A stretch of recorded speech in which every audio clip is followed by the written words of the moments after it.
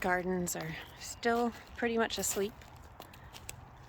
We're going to be switching out and moving this little guy out to over by the greenhouse, I think. And we're going to put a tall 6-in-1 Birdies bed right here. So a little bit shorter than this guy. This is a 9-in-1, and that's a 9-in-1. The rest of these are 8-in-1s. And then we're going to remove these whiskey barrels.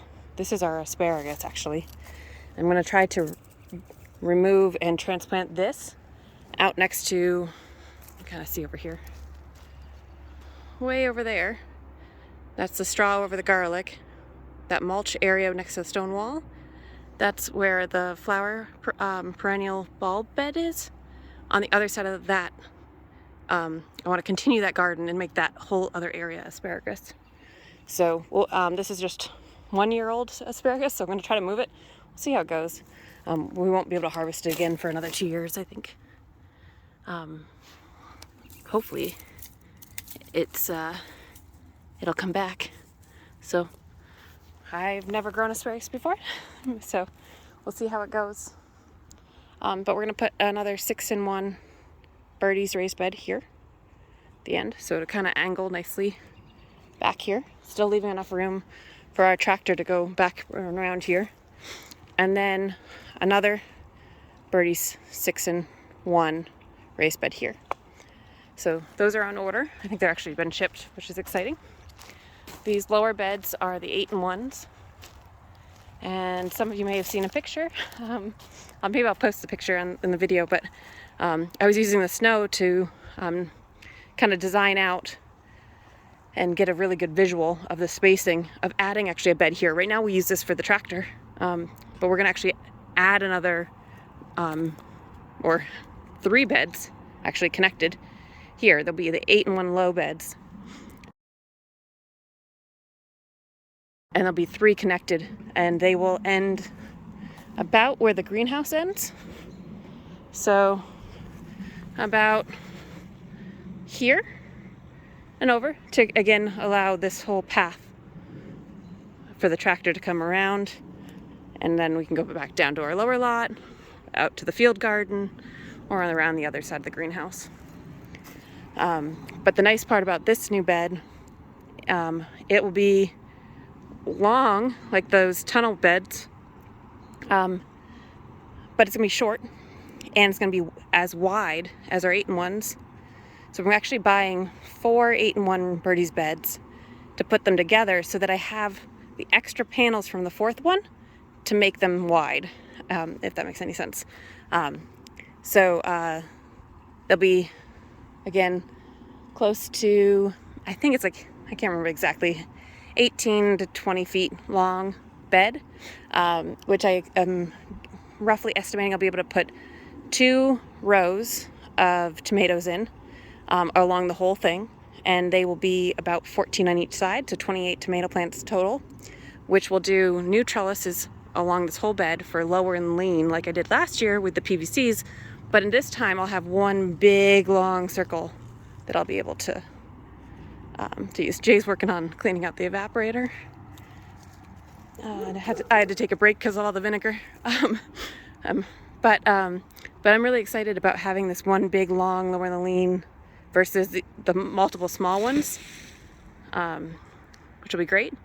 So that'll give me space for, in theory, 28 tomatoes.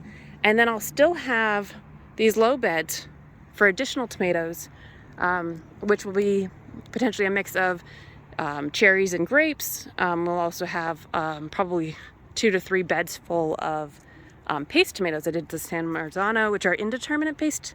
So I may actually try lower and lean on those, but it's a different style. So I'll try to put all the big beef and Cherokee carbons together in this grouping. The other thing we're gonna try, hopefully, is to actually add some more cattle panels between some of the beds. So I think I'm gonna put one of the 4-foot cattle panel tunnels between these 2. These were the potato beds last year. I think I may keep them potato beds, actually. They worked really well. But I may also move the potatoes to this bed and that bed so that they're at the end. I keep on going back and forth on which beds I want. The straw bed is actually the garlic. Over here, there's some, I was just checking on it, there's some really small garlic coming up somewhere in here.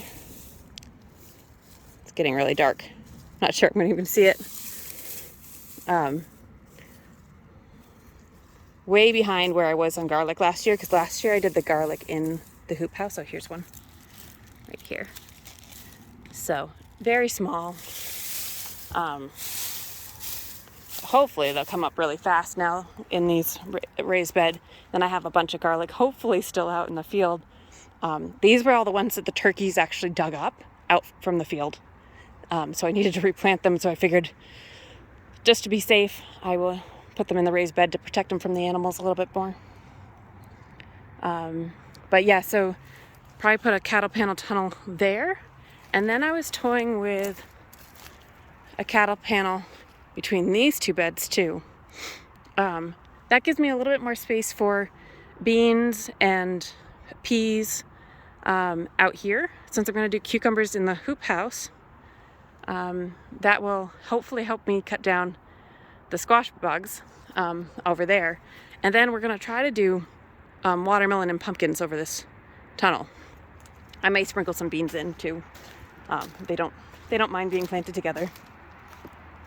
So that's the kind of first real spring look at what I'm thinking. We're still going to have a full bed of cayenne peppers.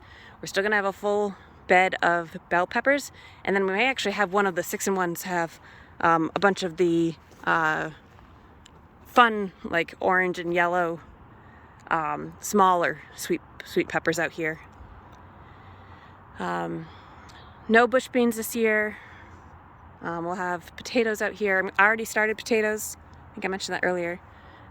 In grow bags, so I'm going to also have move those out to the hoop house this weekend. And I think it's like March 18th or 19th today, so be a little earlier for potatoes, which I'm excited about, and I need to start some more. And then I want to start some peas out here this weekend as well. So that is our 2022 plan out here. We'll see how it goes. Still a lot of work to do as always, and we will be topping off all of these beds with the aged compost we have over here, as well as some fertilizer, organic fertilizers. I gotta go help Jay and get back to work.